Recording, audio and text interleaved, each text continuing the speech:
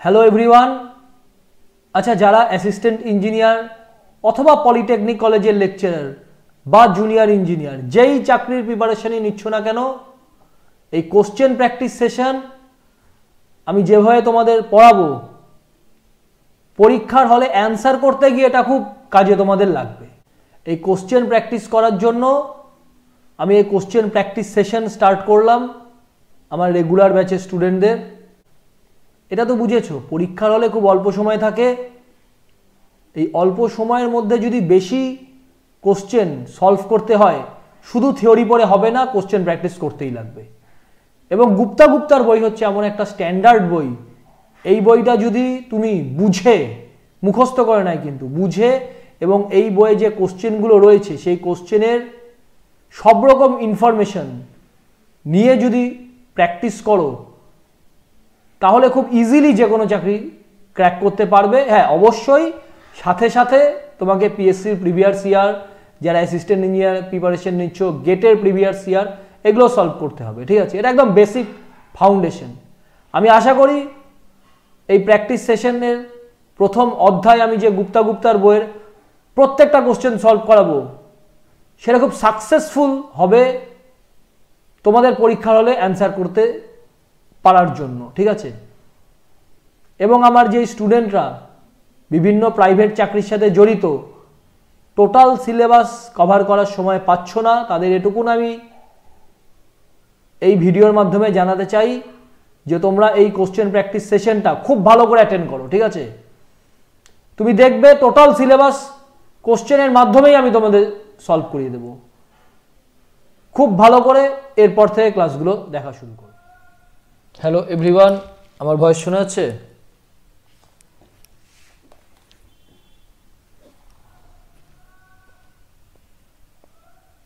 Hello everyone, আমার voice শুনতে পারছো?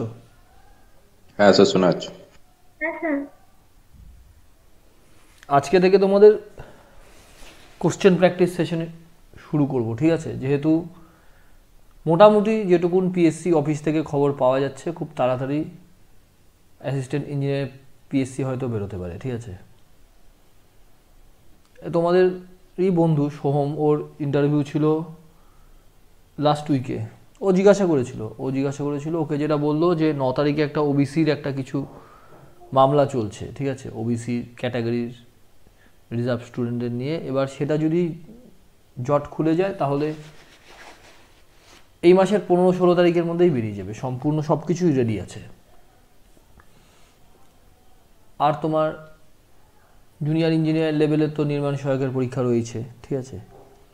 তো যে কোনো পরীক্ষাতে তোমার ক্র্যাক করতে গেলে থিওরিটা তো পড়তেই লাগবে। থিওরি না জানলে তো কোশ্চেনের উত্তর করা যায় না। কিন্তু কোশ্চেন প্র্যাকটিস যদি না করো, তাহলে কিন্তু মানে কোশ্চেন প্র্যাকটিস হচ্ছে সরকারি চাকরি পাওয়ার জন্য একদম অব্যর্থ দাবাই। এটা তোমার করতেই হবে কোশ্চেন প্র্যাকটিস। এই কোশ্চেন প্র্যাকটিস সেশনে আজকে আমি irrigation, water resource engineering and hydrology, এর নাম টোটাল চ্যাপ্টারটার গুপ্তার বইয়ে 3rd সেশন, 3 নম্বর সেশনের নাম দিয়েছে, মানে ইরিগেশন আর হাইড্রোলজি যেটাকে আমরা বলে থাকি। এর কোশ্চেন শুরু করব। আমার টার্গেট থাকবে প্রত্যেক দিন 80 থেকে 100টা করে কোশ্চেন সলভ করা প্রত্যেকটা ক্লাসে। এভাবেই চলতে থাকবে। এবং কোশ্চেনগুলো যদি একবারে পরিচিত হয়ে যাও কি ধরনের কোশ্চেন আসছে, শুধু এটুকুন না, শুধু কি গুপ্তার বই পড়ে চাকরি পাওয়া যায় নাকি? কোনোদিন চাকরি পাওয়া যায় না, ঠিক আছে? 20 থেকে 25% কোশ্চেন ম্যাক্সিমাম, খুব জোর হলে 30% কোশ্চেন আসবে, তার বেশি আসবে না। তার সাথেও তো আরও আনুষঙ্গিক কোশ্চেন সলভ করতেই লাগবে। কিন্তু এটা বেসিক, এটা যদি না সলভ করো কোনো কোশ্চেনই সলভ করে উঠতে পারবে না। তাই দেখো কোশ্চেনগুলো শুরু করি। আমাকে এক কাজ করো, একজন কোশ্চেনগুলো পড়ো, ঠিক আছে? অনুশ্রী, তুমি কোশ্চেনগুলো পড়ো। বই নিয়ে বসেছো কি? হ্যাঁ স্যার। ঠিক আছে, কোশ্চেনগুলো পড়ো, ঠিক আছে?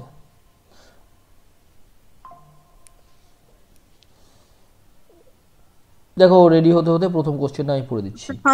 বলছে, which of the following method of applying water may be used on rolling land. সোজা কথায় হচ্ছে তোমার ল্যান্ড যদি রোলিং হয়, রোলিং ল্যান্ডে তুমি কি ধরনের ইরিগেশন পদ্ধতির মাধ্যমে জল সাপ্লাই করবে। সুরজিৎ বলো কি বলছো? স্যার সেটা বলার জন্য। না না, তুমি কেউ কিচ্ছু বলবে না, সম্পূর্ণ সব কিছু আমি বলবো, ঠিক আছে? এটা না, মানে কুইজ চলছে না যে অ্যান্সার তুমি বলবে। তাহলে একটা রোলিং ল্যান্ড রয়েছে, রোলিং ল্যান্ডে আমি কি ধরনের ইরিগেশন করব, কোনো কোশ্চেনের উত্তর কেউ বলবে না, কারণ সেই কোশ্চেনের সেই পার্টিকুলার উত্তর ছাড়াও আমার আনুষাঙ্গিক অনেক ইনফরমেশন দেওয়ার থাকে, শুধু শুনে যাও। তাই দেখো আমি একটা দাঁড়াও, 1 নম্বর কোশ্চেন যেটা আমি অলরেডি লিখে রেখেছি এখানে, পেজ 7, ঠিক আছে? পেজ 7 মানে তোমাদের যে আমি পিডিএফ দিয়েছিলাম, আমি 3টে দিয়েছিলাম হ্যান্ড রিটেন পিডিএফ, আরেকটা আমার এই আইপ্যাডের মধ্যে লিখে আমি দিয়েছিলাম, ঠিক আছে? পেজ 7 বের করি। পেজ 7-এ আমরা কি দেখলাম, উত্তর তো বলে দিতেই পারি, কিন্তু তাহলে আনুষাঙ্গিক জায়গাগুলো মিস হয়ে যায়। দেখো তোমাদের বলেছিলাম যে ওয়াটার ডিস্ট্রিবিউশন ইন ফিল্ড, এই জায়গাটাতে কি বলেছিলাম, ওয়াটার ডিস্ট্রিবিউশন ইন ফিল্ডে আমরা ইরিগেশন টোটাল 7 ভাবে করি, ঠিক আছে? একটা হচ্ছে ফ্রি ফ্লাডিং, একটা বর্ডার ফ্লাডিং, একটা চেক ফ্লাডিং, একটা ফারো ইরিগেশন, একটা স্প্রিংকলিং ইরিগেশন, একটা হচ্ছে ড্রিপ ইরিগেশন, ঠিক আছে? আরেকটা বেসিন ফ্লাডিং। এই 7 ভাবে ইরিগেশন করি। এবার কোশ্চেনে বলেছে যে রোলিং ল্যান্ড যদি রোলিং হয় তবে আমরা কিভাবে ইরিগেশন করব। তোমরা নিজেদের প্রিভিয়াস ক্লাসেও আলোচনা করেছে, নোটগুলোও তো তোমাদের দেওয়া রয়েছে, দেখবে ফ্রি ফ্লাডিংয়ের প্রসিডিওর অলরেডি বলে দেওয়া রয়েছে। এই পুরনো ক্লাসের নোটসগুলো যদি দেখাই তোমাদের কিন্তু মাথায় একটা জিনিস ক্লিক করবে, হ্যাঁ ক্লাসে পড়ানো হয়েছিল, আমি উত্তরগুলো দিতে পারছি না একমাত্র কারণ আমি পড়িনি বলে, ক্লাসটা ফলো করিনি বলে, ঠিক আছে? তাহলে ফ্রি ফ্লাডিং আমি কী বললাম, এই রোলিং ল্যান্ড যদি তোমাদের রোলিং হয় তাহলে ফ্রি ফ্লাডিং করতে হবে। এই পার্টিকুলার কোশ্চেনটা নিয়ে একটু কনফিউশন রয়েছে, গুপ্তার বই দেখবে বর্ডার ফ্লাডিং উত্তর দেওয়া রয়েছে, ঠিক আছে? বর্ডার ফ্লাডিং ভুল উত্তর দেওয়া রয়েছে। তোমরা এসকে গার্গ, সন্তোষ কুমার গার্গের যে ইরিগেশন বই, সেই ইরিগেশন বইয়ে এটা ফ্রি ফ্লাডিং করা রয়েছে। নট অনলি সেই বইয়ে, অ্যাকচুয়ালি যেহেতু আমি ইরিগেশন ডিপার্টমেন্টে চাকরি করি, আমরা এভাবেই ওয়াটার সাপ্লাই করে থাকি, ঠিক আছে? এগুলো তোমার প্রথম প্রশ্ন। আচ্ছা দ্বিতীয় প্রশ্ন পড়ো, একটু তাড়াতাড়ি করি। বর্ডার ফ্লাডিংটা তাহলে কোন টাইপের ইরিগেশনের জন্য? বর্ডার ফ্লাডিং দেখো এখানে কে এসছে এখন, পরিমল মান্ডি। দেখো একটা পরীক্ষা নোটিফিকেশন বেরোতে পারে তো, ঠিক আছে? সেই জন্য দেখো নাম্বার অফ স্টুডেন্টের প্রেজেন্টও কিন্তু বেড়েছে, নাহলে অনেকেই গা ঝাড়ায় রোববার বিকালে পড়ানো হচ্ছে, স্যারের রেকর্ডিংগুলো দেখে নেবো, এই মেন্টালিটিই ছিল এতদিন পর্যন্ত। আজকে হঠাৎ করে 20-22 জন স্টুডেন্ট ক্লাস করছে। তুমি বলো বর্ডার ফ্লাডিং কাকে বলে, তোমাকে তো পড়িয়েছিলাম বর্ডার ফ্লাডিং কাকে বলে, এখানে 2 নম্বরেই বলেছি, জিজ্ঞাসা করি তোমাকে। স্যার ওই লেভিস দিয়ে যখন মানে কয়েকটা বর্ডার স্ট্রিপে যখন ভাগ করে জলটা দেওয়া হয় তখন সেটাকে বর্ডার ফ্লাডিং বলা হয়। ফ্রি ফ্লাডিং এ যেমন ওই চ্যানেল থেকে আউটলেট দিয়ে ডিরেক্ট জলটা ল্যান্ডে দিয়ে দেওয়া হয়। বর্ডার ফ্লাডিং এটাই তো বর্ডার ফ্লাডিং, তোমার একটা স্ট্রিপে ভাগ করে দেওয়া হয় এবং সেই স্ট্রিপের মাঝখান দিয়ে জল সাপ্লাই করা হয়, ঠিক আছে? এই বর্ডার ফ্লাডিং সেই পার্টিকুলার জায়গাতে করা হয় যেখানে কোনো একটা রোলিং হবে না ল্যান্ডটা, ঠিক আছে? কোনো একটা পার্টিকুলার পোর্শন যেই এরিয়াতে তুমি জল সাপ্লাই করবে একটু হায়ার এলিভেশনে রয়েছে, ঠিক আছে? আর বাদবাকি পোর্শনটা লোয়ার এলিভেশনে রয়েছে বা ডাউনে রয়েছে। এবার যেহেতু কোনো একটা পোর্শন তুমি পেয়ে গেছো, তোমার ধরো জমি রয়েছে ক্যাপিটাল A হেক্টরের জমি, তার একটা পার্ট তুমি পেয়ে গেলে একটু হায়ার এলিভেশনে রয়েছে। সেই হায়ার এলিভেটেড জায়গা থেকে যদি তুমি জল সাপ্লাই করো তাহলে কিন্তু লো ল্যান্ডে ইজিলি জল আসবে, ঠিক আছে? সেই ধরনের যদি তোমার ল্যান্ডের কন্ডিশন থাকে তাহলে তোমাকে বর্ডার ফ্লাডিং করতে হবে। বোঝা গেল? মানে স্যার হায়ার এলিভেশনের ল্যান্ড থেকে যদি লো ল্যান্ডে সাপ্লাই করতে হয়, তবে তোমাকে বর্ডার ফ্লাডিং করতে হবে। করিয়েছি তো বর্ডার ফ্লাডিংও তো তোমাদের সম্পূর্ণটা করিয়েছিলাম, দেখো এখানে বর্ডার ফ্লাডিং এর তো। আর কাকে বলে সেই ডেফিনেশন আর গেলাম না। Water is allowed from supply ditch into a strip, এগুলো বলেছিলাম। ও না, বর্ডার ফ্লাডিং কী ধরনের ল্যান্ডে করা হয় সেটা বলা হয়নি। কোনো একটা পার্টিকুলার এলিভেশন তোমার যে ল্যান্ডটার যেখানে জল সাপ্লাই করবে সেটা একটু উঁচু জায়গায় রয়েছে, আর বাদবাকি পোর্শনটা ধরো একটা তার থেকে কম্পারেটিভলি নিচু জায়গায়। ফলে হায়ার এলিভেটেড জায়গা থেকে তুমি যদি জল সাপ্লাই করো তাহলে লোয়ার এলিভেটেড জায়গায় তোমার জল সাপ্লাই হবেই নিজে থেকে। এই ধরনের যদি তোমার ল্যান্ডের নেচার থাকে তাহলে তুমি বর্ডার ফ্লাডিং করতে পারো, ঠিক আছে? মানে স্যার হিল এরিয়া। না, হিল এরিয়া কেন বলবে তুমি? হিল এরিয়া কেন হবে? হিল এরিয়া কখনো না, হিল এরিয়াতে তো স্প্রিংকলিং ইরিগেশন করা হয়, হিল এরিয়া নয়। আরে একটা সব জায়গা তোমার আমাদের কলকাতাতেই ধরো ফ্ল্যাটের মধ্যেও কি হয় না, টোটালটা তো ফ্ল্যাট তোমার ল্যান্ড, কিন্তু সেই ফ্ল্যাট ল্যান্ডের মধ্যেও কিছুটা পোর্শন বা কোনো একটা জায়গায় একটু উঁচুতে থাকতে পারে না, ঠিক আছে, সেরকম কেসের কথা বলা হয়েছে। রোলিং ল্যান্ডের ক্ষেত্রেও তো মানে ব্যাপারটা ওই স্লোপে কোনো দিক উঁচু কোনো দিক নিচু দেখো আছে, উঁচু রোলিং ল্যান্ড আলাদা জায়গা, আলাদা তোমার নেচারের ল্যান্ড। রোলিং ল্যান্ড হচ্ছে সম্পূর্ণ জায়গাটার উঁচু নিচু এরকম, ঠিক আছে, কিন্তু বর্ডার ফ্লাডিং হচ্ছে কোনো একটা পোর্শন তোমার ল্যান্ডের যে কোনো একটা জায়গায় একটু উঁচু এলিভেটেড রয়েছে, বাদ বাকিটা নর্মাল রয়েছে, সেই ধরনের ক্ষেত্রে করা হয় বর্ডার ফ্লাডিং। ঠিক আছে স্যার। ঠিক আছে, আরেকজনকে হাত তুললো। হ্যাঁ অপূর্ব বলো। হাতটা তুলতে হবে না, বলতে থাকবে একবারে। স্যার বেসিন এরিয়াতে যে বর্ডার ফ্লাডিং করি তাহলে না, বেসিন এরিয়াতে বর্ডার ফ্লাডিং করি না। বেসিন ফ্লাডিং তোমার ছোট ছোট পকেট তৈরি করা হয়। এই দেখো আমি এটাও পড়িয়েছিলাম, ছোট ছোট এই যে পকেট তৈরি করা হয়, বলেছিলাম আম গাছের চাষ করার জন্য, দেখে নেবে ক্লাসগুলো দেওয়া রয়েছে। এই যে বেসিন ইরিগেশন, এই বেসিন ইরিগেশন, ঠিক আছে, ছোট ছোট পকেট করা হয়, এরকম ছোট ছোট পকেটের মতো করা হয় গাছের চারদিকে ধরো 1 হাত ডেপথ করে, শ্যালো ডেপথ 1 হাত ডেপথ করে, এবং চারদিক দিয়ে খুঁড়ে দেওয়া হয়, ঠিক আছে। এবং যখন আমের ফসল যখন পাকে বা আম যখন পাকে আর কি, তখন কন্টিনিউয়াস জল সাপ্লাই দরকার হয়, তা না হলে কি বলে আমের যেটা মানে জুসিনেসটা বলে আসে না, ঠিক আছে। তো সেই কারণে বর্ডার ফ্লাডিং বলছি, বেসিন ফ্লাডিংয়ের সাহায্যে সেখানে সবসময় জলের সাপ্লাই রাখা হয়। ঠিক আছে স্যার। ঠিক আছে, হ্যাঁ বলো। বলছি কি কি গাছ মানে হয় আর কি, মানে ধরুন চেক ফ্ল্যাডিং এ বা ফ্রি ফ্ল্যাডিং এ, মানে একটা এক্সাম্পল আমি জানলে ভালো হতো।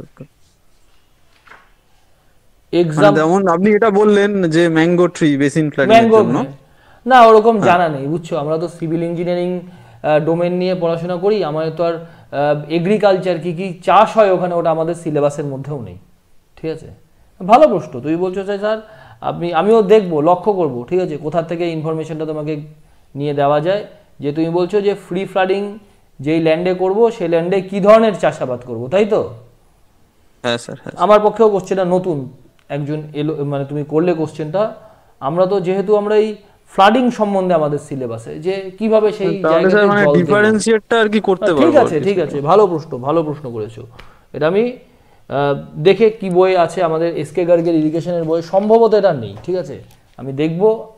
আদার্স নেই, ওই কারণেই স্যার আমি কি জিজ্ঞেসটা করলাম। বললাম তো তোমাকে যে এসকে গার্গের ইরিগেশনের বই আমি এটা পাইনি, আমার তো প্রত্যেকটা জায়গা পড়া রয়েছে। যেহেতু আমাদের ইরিগেশন পার্ট, ইরিগেশনে আমাদের কাজ হচ্ছে জলটুকুন সাপ্লাই দিয়ে দেওয়া। এবার কি ধরনের চাষাবাদ হয় সেটা আমাদের মানে ইয়ের মধ্যে না, আমাদের ডোমেনের বাইরে ওটা। আমি তোমাকে এটা উত্তর জেনে আমি তোমাকে বলবো নেক্সট ক্লাসে, ঠিক আছে? ওকে স্যার, ওকে, ঠিক আছে। চলো এর পরের কোশ্চেনটাতে যাই। পরের কোশ্চেনটা কি বলেছে? পড়ো কোশ্চেনটা।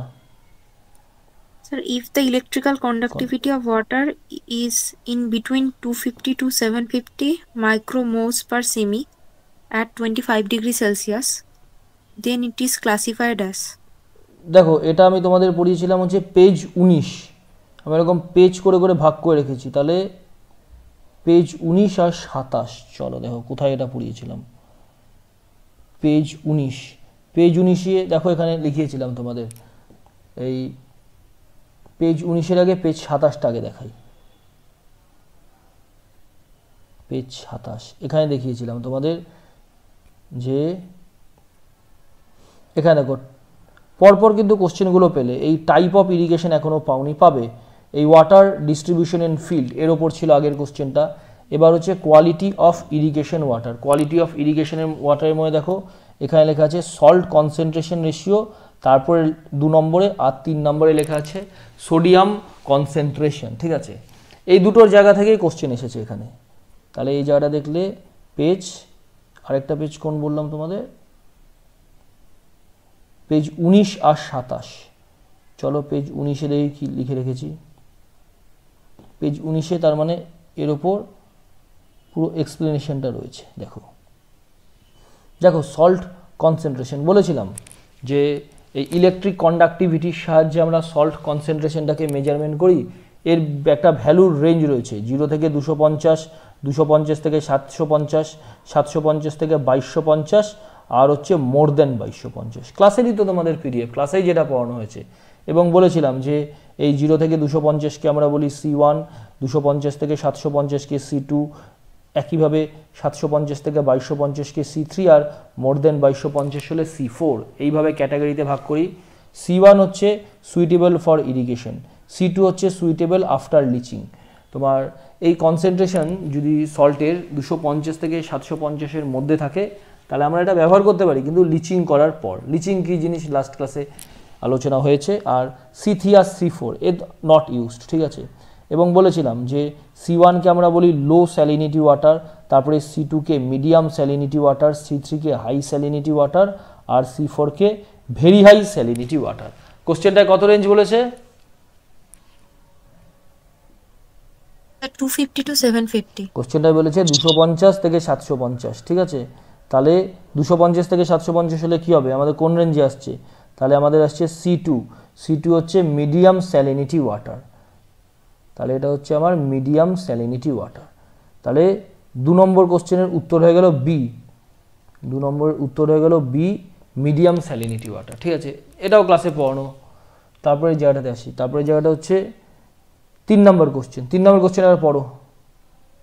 কোশ্চেন একটু তাড়াতাড়ি করো, বুঝছো? ফটাফট করে কোশ্চেন বলতে থাকো। Absorption ratio is defined as sodium absorption ratio বা SAR সম্বন্ধে দিয়েছে। দেখো এটা কোন পেজে পড়িয়েছি তোমাদের? এটা বেরিয়েছি পেজ 20 আর পেজ 27, ঠিক আছে। পেজ 27-এ তো চার্টটা ছিল, এই চার্টটা এখানে এই সল্টের পরেই হচ্ছে সোডিয়াম কনসেন্ট্রেশন, এই 3 নম্বরে লেখা আছে সোডিয়াম কনসেন্ট্রেশন। আর পেজ 20-তে বললাম রয়েছে এটা, ঠিক আছে। পেজ 20-তে দেখি কী লেখা রয়েছে। পেজ 20 দেখো, পেজ 20-তে অলরেডি হয়েছে কনসেন্ট্রেশন অফ সোডিয়াম।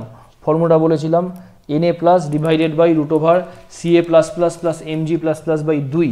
এবার এই ভ্যালুটা, এই SAR এর ভ্যালু যদি 0 থেকে 10-এর মধ্যে থাকে তাকে বলবো লো স্যালিনিটি, 10 থেকে 18-এর মধ্যে থাকলে বলবো মিডিয়াম স্যালিনিটি, 18 থেকে 26-এর মধ্যে থাকলে বলবো হাই স্যালিনিটি, আর মোর দেন 26 থাকলে বলবো ভেরি হাই স্যালিনিটি, ঠিক আছে।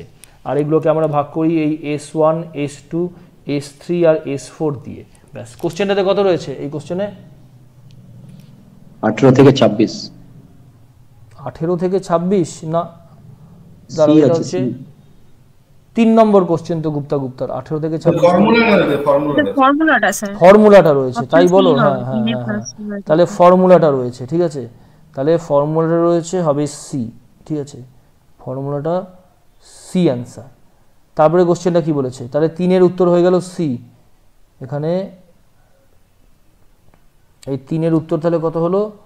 আমি এখন প্রপারলি এগুলো বানিয়ে দিচ্ছি যে আর কোনোদিন অসুবিধা না হয়। 3-এর অ্যান্সার হয়ে গেল সি।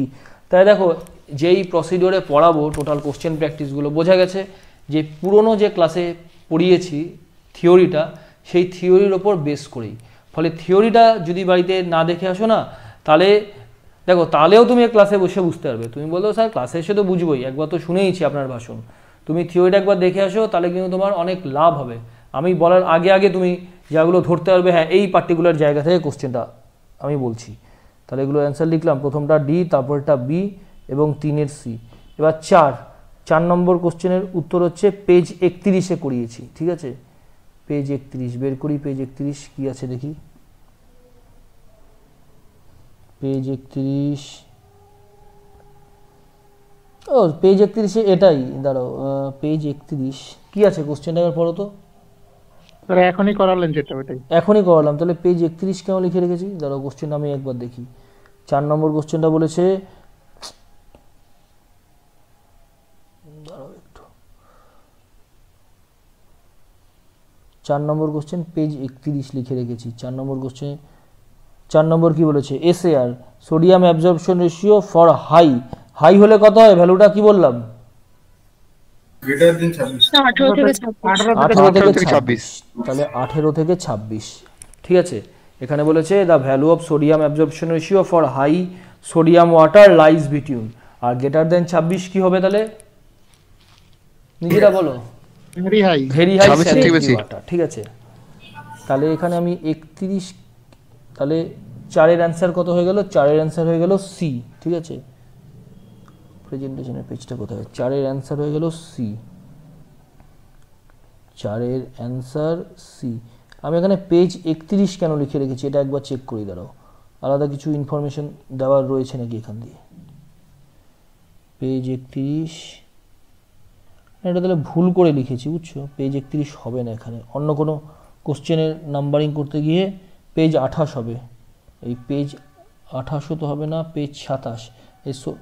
এই সোডিয়াম কনসেন্ট্রেশন সম্বন্ধে পেজ 27-এ আমি উল্লেখ করেছি, তাহলে এটা পেজ 31 ভুল করে লেখা হয়েছে, তবে পেজ 27। এবার চলো 5 নম্বর কোশ্চেনটা। 5 নম্বর কোশ্চেন দেখি আগে কি বলেছে। 5 নম্বরের কোশ্চেনে বলেছে যে অপটিমাম ডেপথ ফর কর ওয়াটারিং ফর রাইস ইজ। তাহলে প্রথম প্রশ্ন হচ্ছে কর ওয়াটারিং কাকে বলে, ঠিক আছে। কর ওয়াটারিং কাকে বলে বলো একজন, ক্লাসে তো পড়ানো রয়েছে। ক্রপের লেন্থ যখন ফিউ সেন্টিমিটার হয় তারপর যে ফার্স্ট ওয়াটারিংটা করা হয় সেটাকে কর ওয়াটারিং বলে। কর ওয়াটারিং বলা হয় অপটিমাম ডেপথ ফর ওয়াটারিং। তাহলে কর ডেপথ কাকে বলা হয়?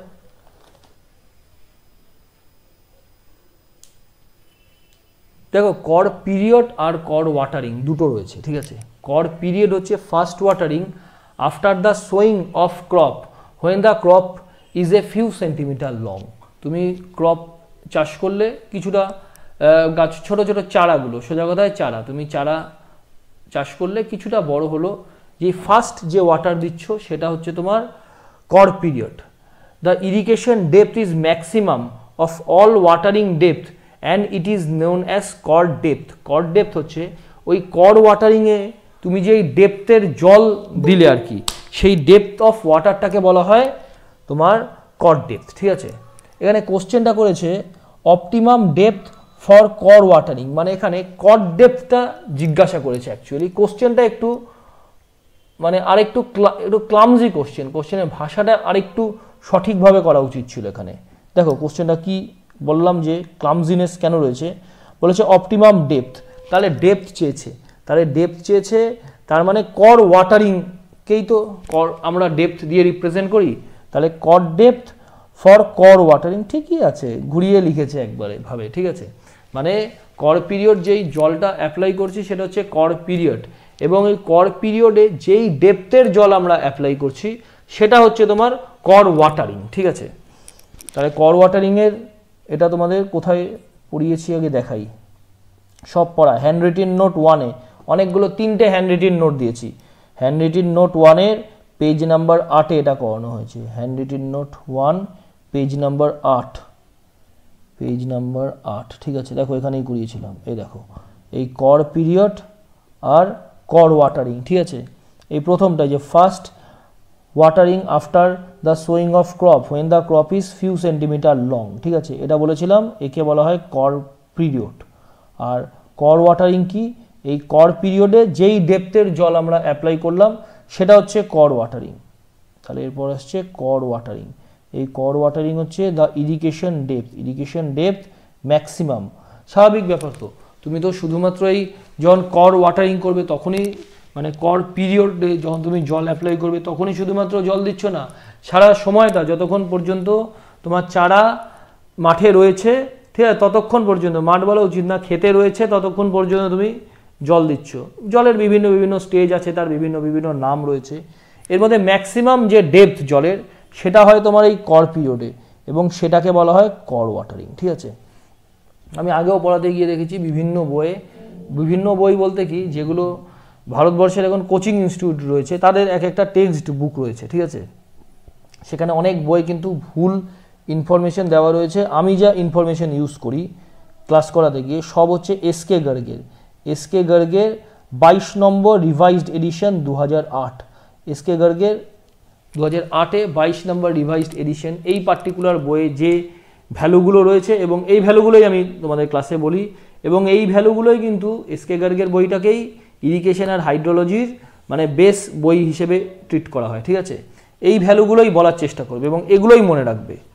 তাহলে বলেছিলাম অলরেডি যে কর ওয়াটারিং কাকে বলে সেটা তোমরা বুঝে গেছো, যে ম্যাক্সিমাম জলের ডেপথটা।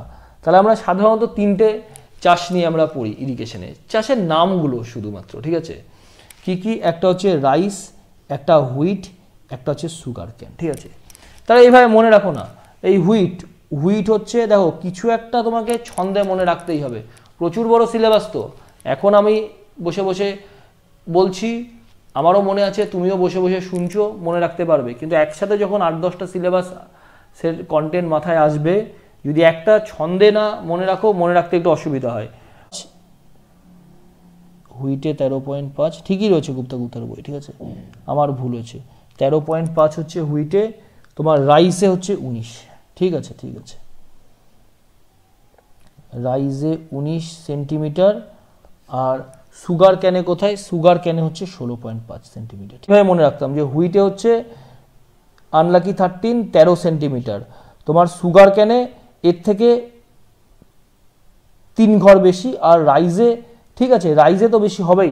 আমার মানে তুমি দেখবে ধান চাষে কিন্তু মানে এক মানুষের গলা পর্যন্ত জল সাধারণত যখন ধান চাষ করা হয় সে সময় ক্ষেতের মধ্যে তোমার মজুদ থাকে আর কি, ঠিক আছে? তাহলে হচ্ছে 19 সেন্টিমিটার কর ওয়াটারিং রাইজের ক্ষেত্রে। স্যার কর পিরিয়ডটা ওই ক্রপটা মানে রোপণ করার পর থেকে ফার্স্ট যে কর ওয়াটারিং যখন করা হচ্ছে, এটাই তো? হ্যাঁ, প্রথম যে তুমি জলটা দিচ্ছ, ঠিক আছে, প্রথম জলটা দিচ্ছ একবারে। তুমি প্রথমে কি পড়িয়েছিলাম তোমাদের, যে প্রথম যে জল সেটাকে বলা হয় প্যালিও ইরিগেশন। প্যালিও ইরিগেশন কি? তুমি বলতে হলো যে স্যার মাঠে কোদাল চালাবো, সোজা কথায়, ঠিক আছে, 1 বছর হলো মাঠটা পড়ে আছে, রুখা শুকা মাঠ, এবার কোদাল চালালে কোদালে ধর নষ্ট হয়ে যাবে, ঠিক আছে? তাহলে কি? মাটিটাকে ভেজাতে হবে। মাটিটাকে ভেজানোর জন্য প্রথম যে জল দেবো সেটা হচ্ছে প্যালিও ইরিগেশন, ঠিক আছে? এটা আসো দেখো, এখানে রয়েছে তোমাদের, এটা কোথায় বলেছি? হ্যান্ড রিটেন নোটের পেজ 8-এ, এখানেই তাহলে রয়েছে। এখানেই বলেছিলাম যে এই প্যালিও ইরিগেশন, ঠিক আছে? এখানে ডেপথের কথা আমি বলিনি, এখানেও আমি দেখো এখানে জলের ডেপথের কথাটা বলিনি, ঠিক আছে? সেটা বলিনি, গুপ্তার বইয়ে কোশ্চেনটা আছে জানি আমি, এখানে সলভ করাবো বলে। তাহলে এই হয়ে গেল প্যালিও। হ্যাঁ স্যার এসকে গার্গে দেখছিলাম কর পিরিয়ডটা লেখা আছে হিউমিড যদি হয় ওয়েদারটা, তাহলে কর পিরিয়ড লেস, আর ড্রাই ওয়েদার হলে কর পিরিয়ড বেশি। স্যার এই ব্যাপারটা কেন বলছে এটা আমি বুঝতে পারিনি। তুমি আমাকে একটু শোনো, ওই যে যারা বলছে ছবি তুলে একটু পাঠিয়ে দাও গ্রুপের মধ্যে, ঠিক আছে? কি বলতে চাইছে আমি তোমাকে এক্সপ্লেন করে দেবো ভয়েসের মাধ্যমে, ঠিক আছে? তাহলে এই হলো প্যালিও ইরিগেশন। তাহলে প্যালিও ইরিগেশন কি বোঝা গেল? তারপরে হচ্ছে কর পিরিয়ড আর কর ওয়াটারিং, এটা তো বলেই দিলাম, ঠিক আছে? তাহলে আমি প্রথমে হচ্ছে সুগার ক্যান। সুগার ক্যান হচ্ছে তোমাদের বললাম সুগার ক্যানের ভ্যালুটা, এবার হচ্ছে সুগার ক্যানের পর সরি হুইটের ভ্যালু, একবার ভুল বললে না মানে বিচ্ছিয়ে লাগে নিজের আর কি। হুইটের ভ্যালু কত বললাম? 13.5। 13.5-এর থেকে 3 ঘর বেশি কি? 3 ঘর বেশি হচ্ছে সুগার ক্যান। সুগার ক্যান কত? 16.5। তারপরে চলে আসলো রাইসের কত? 19 সেন্টিমিটার, ঠিক আছে?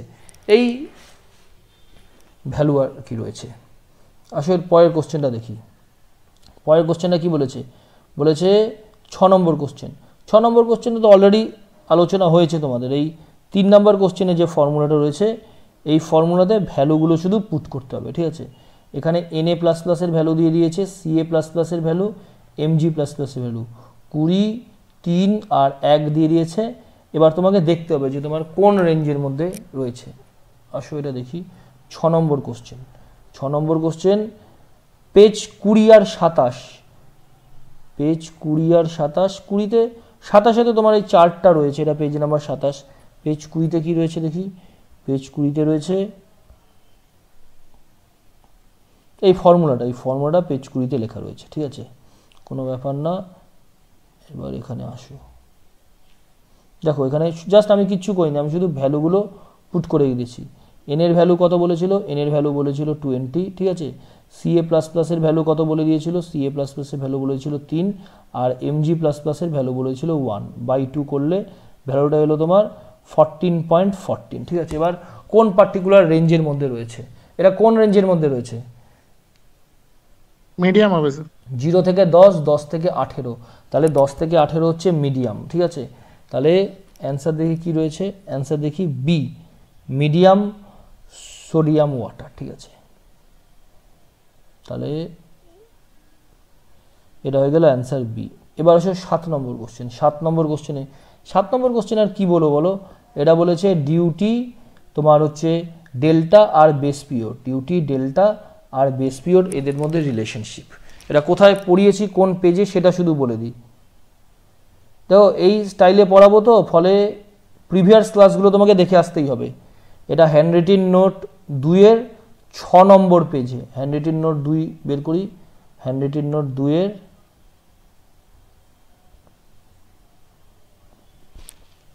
আইপ্যাডটা অনেক দিন হয়ে গেছে, যেমন ল্যাগ হয়ে যাচ্ছে আজকাল। Handwritten note 2 page number 6, page number 6। এটা তো কিচ্ছু না, এটা একদম ইজি কোশ্চেন। এই 8.64 B/D রিলেশনশিপটা, আর এটা বলেছিলাম এই ডেল্টা যদি তোমার মিটারে থাকে তাহলে 8.64 আমরা লিখব, আর ডেল্টা যদি সেন্টিমিটারে থাকে তাহলে কি লিখব, 864 B/D, 864 B/D হয়ে যাবে আমাদের উত্তর। তাহলে 8.64 B/D কেন হবে, এখানে দেখবে মিটারে রয়েছে নিশ্চয়ই। The relationship duty D is hectare per cumec, depth of water delta is in metre, ঠিক আছে, বলে দিয়েছে। কিন্তু এই ডেল্টাটা মিটারে রয়েছে, সেই জন্য আমরা 8.64 B/D এই অ্যান্সারটা করব। এটা একবার এসেও ছিল পরীক্ষাতে, যে তোমার সেন্টিমিটারে ছিল, সে সময় কি বলেছিল, কোন অ্যান্সারটা হবে, তাহলে সে সময় 864 হবে। আসো 8 নম্বর কোশ্চেন। 8 নম্বর কোশ্চেনে কি বলেছে, 8 নম্বর কোশ্চেনে বলেছে দ্য ডিউটি ইজ লার্জেস্ট, কোথায় ডিউটির ভ্যালু বেশি। দেখি এটা কোথায় আলোচনা করেছিলাম, আমি সম্পূর্ণ কোথায় কোন পেজে আলোচনা করেছি সেটাও আমি লিখে রেখেছি। হ্যান্ডরিটিন নোট 2-এ, হ্যান্ডরিটিন নোট 2-এ পেজ নাম্বার 7, তাহলে বের করি handwritten note 2 page number 7, page number 7-এ দেখো, এখানে দেখো এই জায়গাতে আলোচনা হয়েছিল, এই জায়গাতে দেখো ডিউটিগুলো আলোচনা হয়েছিল, ঠিক আছে, ডিউটি আলোচনা হয়েছিল। এইখানে বলেছিলাম অনেকগুলো, এই 3-4টে জায়গা নিয়ে বলেছিলাম, এই 3-4টে জায়গাতে আমাদের ডিউটি ক্যালকুলেশন করি। একটা হচ্ছে এই পয়েন্টটাতে, এর নাম দিলাম হচ্ছে এ না 1 নম্বর পয়েন্ট, এখানে ডিউটি ক্যালকুলেশন করি, ব্রাঞ্চ ক্যানেলের মাথায় ডিউটি ক্যালকুলেশন করি, ঠিক আছে।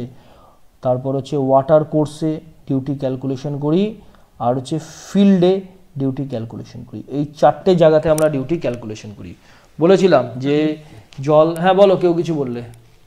তার মানে স্যার এই গ্রস কোয়ান্টিটি, ল্যাটারাল কোয়ান্টিটি ওইগুলো কোনটা, হ্যাঁ এটাও বলবো, যে এই জায়গাটাও এখন বলবো, এই outlet factor, net quantity, lateral quantity, gross quantity, এই জায়গাগুলোও বলবো এই ইনফরমেশনের সাথে সাথে, ঠিক আছে।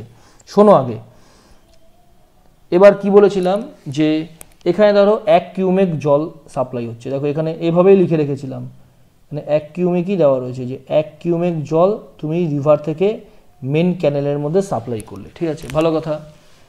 এবার মেন ক্যানেল থেকে জল কি হলো, মেন ক্যানেল থেকে জল ব্রাঞ্চ ক্যানেলে গেল, ব্রাঞ্চ ক্যানেল থেকে জল ডিস্ট্রিবিউটরি গেল, মেজর ডিস্ট্রিবিউটরি থেকে জল মাইনর ডিস্ট্রিবিউটরিতে গেল, তারপরে জল ওয়াটার কোর্সে গেল, একদম জল শেষে গেল ফিল্ডে, ঠিক আছে।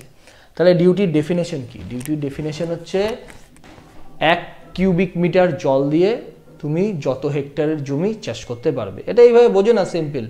1 মগ জল নিলে, 1 মগ, বাড়িতে তো বলতে পারো যে স্যার আমরা কে কবে ক্ষেত খামার দেখেছি, বাড়িতে তো টব মোটামুটি সবারই আছে, এই হিসাবটা তো বোঝো, যে 1 মগ জলে তুমি যে কটা টবে জল দিতে পারো, ঠিক আছে। সেটাকেই জাস্ট ইউনিটটা কনভার্ট, ওই 1 মগের জায়গাতে চলে এলো তোমার 1 কিউমেক জল, আর ওই টবের জায়গাতে চলে এলো 1 হেক্টর, ঠিক আছে। তাহলে 1 কিউবিক মিটার জলে তুমি যত হেক্টর জমিতে জলটাকে দিতে পারছো সেটাই ডিউটি, ভেরি ইজিলি চিন্তা করো, ঠিক আছে।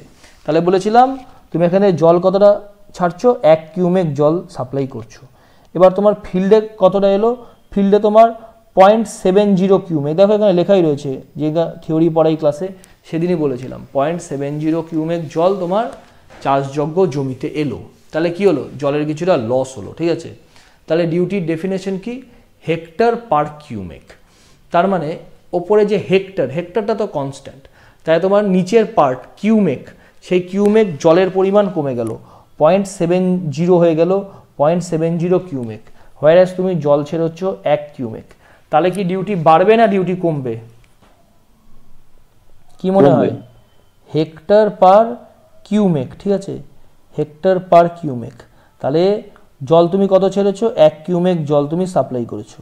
1 কিউমেক জল সাপ্লাই করলে লসের জন্য 0.70 কিউমেক তোমার ফিল্ডে এলো, কিউমেক ফিল্ডে এলো। তাহলে অবশ্যই তোমার যেটা ডিউটির ভ্যালুটা বাড়বে, ঠিক আছে, কারণ নিচের ভ্যালুটা তোমার উপরটা সব বড় হচ্ছে, নিচের ভ্যালুটা তোমার কমে গেল, নিচের ভ্যালুটা কমে গেল মানে ওপরটা তোমার বাড়বে, ঠিক আছে।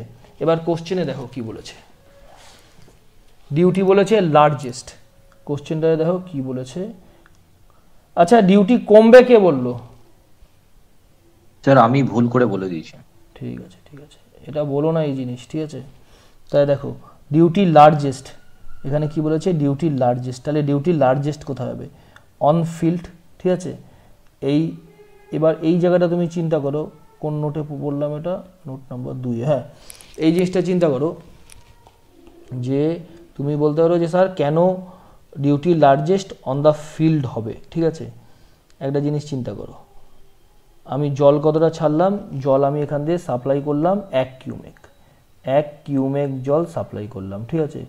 1 কিউমেক জল মেন ক্যানেলে এলো, মেন ক্যানেলে কিছুটা লস হলো, মেন ক্যানেলে ধরো লস হয়ে এখানে জলের পরিমাণ এলো 0.99 কিউমেক, 0.99 কিউমেক। তারপরে ব্রাঞ্চ ক্যানেলে এলো, ব্রাঞ্চ ক্যানেলে কিছুটা লস হলো 0.98 কিউমেক, 0.98 কিউমেক হলো ব্রাঞ্চ ক্যানেলে। ডিস্ট্রিবিউটারিতে আস্তে আস্তে ধরো এটা এলো 0.95 কিউমেক, ঠিক আছে। তারপরে মেজরে কিছুটা লস হলো, তারপরে ওয়াটার শেডে কিছুটা লস হলো, একদম ফিল্ডে এলো, ফিল্ডে ধরো এলো 0.70 কিউমেক, 0.70 কিউমেক। তাহলে লসের পরিমাণ কোনটা? 0.70 সবচেয়ে বেশি লস হচ্ছে তোমার ফিল্ডে। তাহলে নিচের ভ্যালুটা এই কিউমেক, কিউমেক সবচেয়ে কম কোথায় তুমি পাচ্ছ? সবচেয়ে কম তুমি পাচ্ছ হচ্ছে ফিল্ডে, ঠিক আছে। তাহলে ডিউটি মানে কি? হেক্টর পার কিউমেক, নিচের ভ্যালুটা কমে যাচ্ছে, তার মানে টোটাল ডিউটিটা তো বেড়ে যাবে, একদম সোজা কথা এটা, ঠিক আছে। এটা গেল 1 নম্বর ইনফরমেশন এইটুকুন পার্ট থেকে। হ্যাঁ বলো স্যার। বলছি আমি যদি মানে ধরুন একটা মগ দিয়ে যদি দুটো টবে জল দিতে পারি তাহলে, আরে এগুলো টব নাকি? এটা কি বলছো টবের? ওটা তো আমি জাস্ট এটা বোঝানোর জন্য, ঠিক আছে। মানে আমি হ্যাঁ ওটাই বলছি, হ্যাঁ মানে বলো। যদি একটা মগ দিয়ে দুটো টবে জল দিতে পারি, মানে ওটা ডিউটিটা আমার দুটো হচ্ছে তাহলে? না না না, ও টবের সঙ্গে কোনো তুলনা, ওটা একটা উদাহরণ, ওটা জাস্ট বোঝানোর জন্য, ঠিক আছে। 1 কিউবিক মিটার জল দিয়ে তুমি যতটা হেক্টর অফ ল্যান্ডকে চাষ করতে পারবে সেটা হচ্ছে ডিউটি। ওইসব বোঝানো তো অনেক ভাবে বোঝাতে হয়, ঠিক আছে স্টুডেন্টদের, বোঝানোতে যেও না, মূল ইঞ্জিনিয়ারিংটা কি সেটা ধরো, ঠিক আছে। ওগুলো তো বোঝাতে হয় অনেকভাবে। এবার তারপরটা দেখো 9 নম্বর কোশ্চেন। 9 নম্বর কোশ্চেনে বলেছে the outlet discharge factor is the duty at the head of. আচ্ছা এটার আগে নাম্বারিংটা করে নিই। তাহলে 8 নম্বর কোশ্চেন, 8 নম্বর কোশ্চেনের অ্যান্সার কোনটা হলো? Sir B on the field. 8 number question হলো বি, এটা লিখেছি। 7-এর হচ্ছে বি, ঠিক আছে। এবার আসো 9 নম্বর কোশ্চেন, এটাও তাই, হ্যান্ড রিটেন নোট 2-এর 7 নম্বর পেজে। কোশ্চেনটা কি বলেছে? কোশ্চেনটা বলেছে outlet discharge factor. Outlet discharge factor কাকে বলে, ঠিক আছে। দেখো এটা সম্পূর্ণ তোমাদের পড়িয়েছিলাম এই জায়গাগুলো। এই যে আউটলেট, এই যে দেখো এই জায়গাটা, এখানে as water moves from main canal to water course its duty varies place to place will increase। এটাও লিখেই দিয়েছি, place to place duty increase করবে, সেটাকেই আমি এখন আরও ইলাবোরেটলি বোঝালাম, ঠিক আছে। এবার 2 নম্বর পয়েন্টে কি বলেছে? Duty at the head of the water course is known as outlet factor. তাহলে head of the water course, তাহলে এই জায়গাতে এই head of the water course বলতে তোমাকে এই রিজিয়নের কথা বলা হচ্ছে, head of the water course. একে আমি 1 দিই, তুমি যাও এখন, হ্যাঁ এখান থেকে, হ্যাঁ তুমি যাও, হ্যাঁ ঠিক আছে ঠিক আছে, একটু দাঁড়াও, দেখেছি দেখেছি, তুমি যাও, আমি পড়াচ্ছি তো, যাও, হ্যাঁ যাও, দরজা টেনে দিয়ে যাও, দাঁড়াও একটু ওয়েট করো। এই দরজাটা বন্ধ করে দিলাম। হ্যাঁ, এসো না, থাক, বন্ধ থাক।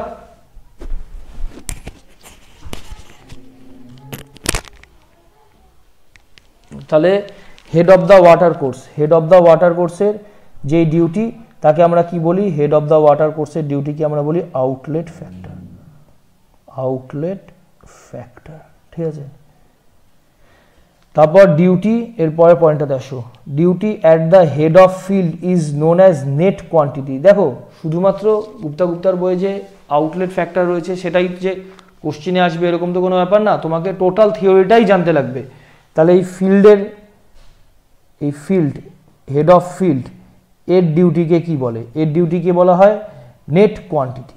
এই ডিউটিকে বলা হয় net quantity, net quantity, net quantity. তারপরে কি লিখেছি?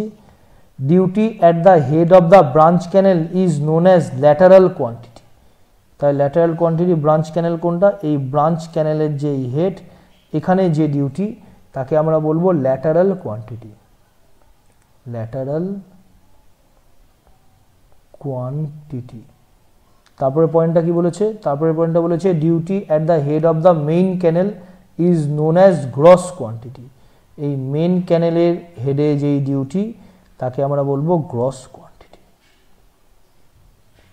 গ্রস কোয়ান্টিটি, ঠিক আছে। এই কয়েকটা জায়গা তোমাকে মনে রাখতেই হবে।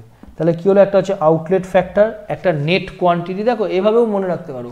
আউটলেট ফ্যাক্টর তো মনে থাকবে, ওয়াটার কোর্সের হেডে যেই ডিউটি তাকে বলা হয় আউটলেট ফ্যাক্টর। নেট কোয়ান্টিটি, ফিল্ডে নেট কতটা জল আসলো সেটাই তো আমাদের আলোচনার বিষয়। আর কিন্তু যে তোমার এই আউটলেট ফ্যাক্টর কি, ল্যাটারাল কোয়ান্টিটি কি, গ্রস কোয়ান্টিটি কি, এগুলো, এই ভ্যালুগুলো শুধুমাত্র ক্যানেল ডিজাইন করতে লাগে। যে ক্যানেলটাকে যখন আমি লাইনিং করব, সেই লাইনিং করে তা কি করি, তোমার যে লস হচ্ছে সেই লসটাকে তো মেক আপ করার চেষ্টা করি, এই তো লাইনিংয়ের মূল উদ্দেশ্য। সেগুলো আমাদের আলাদা পার্টে। মূল ইরিগেশনের পারপাস হচ্ছে এই নেট কোয়ান্টিটিটা নিয়েই আলোচনা করা, কারণ ফিল্ডে মুখে কতটা ডিউটি। তাহলে এটাই মূল জায়গা আমাদের, তাই নেট কোয়ান্টিটি, এটাই নেট ভ্যালুটা নিয়ে আমাদের আলোচনার বা যা পড়াশুনোর মূল উদ্দেশ্য। তাহলে যেহেতু চাষাবাদ রিলেটেড, তাহলে ফিল্ডের ডিউটিটাকেই নেট কোয়ান্টিটি বলে। তাহলে নেট জায়গাটা মনে থাকবে। আর ওয়াটার কোর্সের যেটা, সেটা হচ্ছে আউটলেট ফ্যাক্টর, এটাও মনে থাকবে। আচ্ছা, মেইন ক্যানেল থেকে যেটা, মেইন ক্যানেলের হেডে যে ডিউটি, দেখো গ্রস জল, সম্পূর্ণ জল তো ওই মেইন ক্যানেলের হেড থেকেই ছাড়ছি, তাহলে সেখানের অনুসারে নামটা দেখো গ্রস কোয়ান্টিটি, ঠিক আছে। আর একটা কি, ব্রাঞ্চ ক্যানেলের হেডে কি, ব্রাঞ্চ ক্যানেলের হেডে হচ্ছে ল্যাটারাল কোয়ান্টিটি। এই চারটে ভ্যালু তোমাকে জানতে লাগবে, ঠিক আছে। এবং চারটে ভ্যালু বলছি, এই চারটের নাম তোমাকে জানতেই লাগবে। এবার আসো এর পরের কোশ্চেনটাতে। ক্লিয়ার হচ্ছে কোশ্চেনটা? হ্যাঁ স্যার। হ্যাঁ স্যার। তাহলে এটা কি বলবো? Water course. আসো এর পরেরটা। আমি ধীরে ধীরে একদম পড়াবো এবং প্রত্যেকটা কোশ্চেনের সারাউন্ডিং যেই জায়গাগুলো ইনফরমেশন জানা দরকার সেগুলো সব বলে দেবো, কোনো চিন্তার কারণ নেই। আমার নিজেরই খারাপ লাগছে, আমি এই ইনফরমেশনটা আমার ভুল কি করে বলা হয়ে গেল।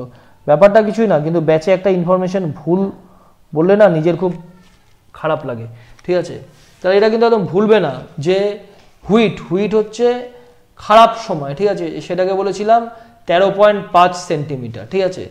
এবার মনে রাখবে যে ধান চাষের জন্য দেখেছো হয়তো, যাদের একটু তোমার কলকাতার বাইরে বাড়ি আর কি, যে ধান চাষ করে যারা ধান চাষ দেখেছো, এক মানুষের গলা অবধি জল থাকে, তার মানে সেটা হচ্ছে 13.5।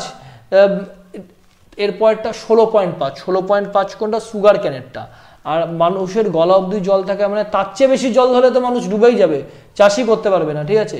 তাহলে ধানের জন্য সবচেয়ে বেশি জল সেটা হচ্ছে 19.5 হওয়া উচিত, কিন্তু একটু কম ভ্যালু নিচ্ছি 19, 13.5, 16.5 আর 19, এটা মনে রাখবে। তারপরে বলেছে 10 নম্বর কোশ্চেন। 10 নম্বর কোশ্চেনটাতে কি বলেছে? এটা ওই 8.64 B/D, যেই ফর্মুলাটা তোমাদের পড়ালাম সেই ফর্মুলাটা দিয়েই লেখা রয়েছে। দ্য কর ডেপথ ফর রাইস 190 মিলিমিটার, কর পিরিয়ড বলেছে 14 days, 14 days, the outlet factor of this will be. আচ্ছা, এবার তুমি বলতে পারো যে স্যার এখানে ডিউটি কেন বের, এখানে বেরটা করব কি, ঠিক আছে। এখানে কি বের করব? এখানে দেখো ডেপথ অফ ওয়াটারটা তোমাকে আগে তুমি বলো, এটা কি বের করবে, কি করে বুঝবে, কি করে এই কোশ্চেনটাতে বের কি তোমাকে করতে লাগবে। এখানে তো কোশ্চেনে দেওয়া রয়েছে যে আউটলেট ফ্যাক্টর, এখানে তো কোথাও ডিউটি ডেল্টা কিভাবে বুঝলে ডিউটি বের করতে হবে? স্যার বি এর মান দেওয়া আছে 14 ডেজ আর ডি এর মান দেওয়া আছে 9190 mm, তাহলে এখানে একটাই বাকি থাকলে ডিউটিটাই বের করতে হবে। দেখো তোমাকে বলা উচিত ছিল যে স্যার এখানে আউটলেট ফ্যাক্টর বলে দেওয়া রয়েছে, ঠিক আছে। একটু আগেই আমি দেখলাম যে এই outlet discharge factor, outlet discharge factor মানে কি? আউটলেট ডিসচার্জ ফ্যাক্টর তো ডিউটি, তোমার ওয়াটার কোর্সের মুখে যেই ডিউটি সেটা হচ্ছে আউটলেট ডিসচার্জ ফ্যাক্টর। 9 নম্বর কোশ্চেনে দেখলাম। 10 নম্বর কোশ্চেনে বের করতে দেওয়া রয়েছে আউটলেট ফ্যাক্টর, তার মানে আমি এখান থেকেই বুঝে গেলাম যে আউটলেট ফ্যাক্টর তো একটা ডিউটির 4 রকমের ডিউটি হয়, তার মধ্যে একটা, তার মানে এখানে ডিউটি বের করতে হবে, ঠিক আছে। চলো ডিউটি বের করি, আমি অলরেডি লিখে রেখেছি ক্যালকুলেশনটা। এটা কোশ্চেন নাম্বার 9, কোশ্চেন নাম্বার 8 গেল, কোশ্চেন নাম্বার 8-এর অ্যান্সার হয়ে গেল আমাদের বি, ঠিক আছে। কোশ্চেন নাম্বার 9-এর অ্যান্সার কত হলো? সি এলো কোশ্চেন নাম্বার 9-এর অ্যান্সার। কোশ্চেন নাম্বার 9-এর অ্যান্সার হলো আমাদের সি। এবার আসো কোশ্চেন নম্বর 10। আচ্ছা 8.64 বি/ডি, তো এটা একটু এটাকে একবার এখানেই ঠিক করে দিচ্ছি, ঠিক আছে। তাহলে এটা হয়ে যাবে ডিউটি বের করতে দিয়েছে duty equals to by delta. আরেকটা জিনিস, আচ্ছা এই এবার তুমি যদি ইউনিটে যদি আসো, ঠিক আছে, ইউনিটে যদি এবার জাস্ট ভ্যালুগুলো বসিয়ে দিই, ভ্যালুগুলো বসিয়ে দিই, এখানে কি কি ভ্যালু রয়েছে একটু পড়ো তো কোশ্চেনটা। The core depth for rice is 190 mm. কর ডেপথ বলেছে 190 mm এবং কর পিরিয়ড বলেছে 24 দিন, ঠিক আছে। না 14 ডেজ, 14 দিন। কর ডেপথটা বলেছে 14 দিন, ঠিক আছে। কর পিরিয়ডটা বলেছে 14 দিন, তার মানে বেস পিরিয়ড, তাহলে এই বেস পিরিয়ডটা বলেছে হচ্ছে 14 দিন, আর ডেপথটা কত বলেছে? 190 mm তুমি বললে, তাহলে এটাকে আমাকে মিটার কিউবে এনেছি। মিটার কিউবে কেন এনেছি? তাহলে ইউনিটটা দেখতে হবে। দেখো ইউনিটগুলো দেখো সব মিটারে রয়েছে, সব কটা ইউনিট মিটারে রয়েছে, ঠিক আছে। এই জন্য এই 190 মিলিমিটার যেটা ছিল ওটাকে আমাকে মিটারে আনতে হয়েছে, আর কিছুই না, লিখে জাস্ট ক্যালকুলেশনটা করে দিয়েছি। এবার এখানে লিখলাম হচ্ছে 14 আর 190 যেটা ছিল সেটাকে লিখলাম হচ্ছে 0.19 মিটারে আনলাম এত হেক্টর। তাহলে আমি ডিউটি বের করতে চাইছি। ডিউটি কি? ডিউটির ইউনিট হচ্ছে হেক্টর পার কিউমেক। 1 হেক্টর জমি মানে 1 কিউমেক জল দিয়ে আমরা যত হেক্টর জমিকে চাষ করতে পারি, ঠিক আছে। তাহলে এই মিটার কিউব 1 এম কিউব জল দিয়ে আমরা যত হেক্টর জমিকে চাষ করতে পারি, তাহলে hectare per metre cube per second. এই তুমি বলতে পারো যে স্যার আপনি যেটা বললেন যে কোশ্চেন পেপারে লেখা রয়েছে যে আউটলেট ফ্যাক্টর দেখে আপনি নিশ্চিন্ত হলেন যে ডিউটি বের করতে হবে, ঠিক আছে। এরা যদি আউটলেট ফ্যাক্টর না দেখে আমি যদি এইভাবে যদি চিন্তা করি যে এখানে কি রয়েছে, ইউনিটটা ধরে যদি চিন্তা করি, ঠিক আছে, ইউনিটেও তো বোঝা যাচ্ছে যে hectare per metre cube per second, তার মানে 1 কিউমেক জল দ্বারা আমরা কতটা জমি চাষ করতে পারি, এটা এখানেও বলা রয়েছে। এর দ্বারাও কিন্তু বোঝা যাচ্ছে যে এখানে অ্যাকচুয়ালি ডিউটি বের করতে বলা হয়েছে, ঠিক আছে। তাহলে অ্যান্সারটা দেখি কত আসলো, ক্যালকুলেশনটা করা রয়েছে। এবার 637.63 বা 636 বলছি, 636.63 নেয়ার অ্যাবাউট 637 এত হেক্টর পার কিউমেক। তাহলে অ্যান্সার 637। এটা খুব কাছাকাছি অ্যান্সার, যেহেতু এক্স্যাক্ট যেটা ক্যালকুলেশনে আসবে তোমাদের ক্যালকুলেটরে সেই উত্তরটা নেই, এর কাছাকাছি উত্তর করে আমাদের উত্তরটা লিখতে হয়েছে এখানে, ঠিক আছে।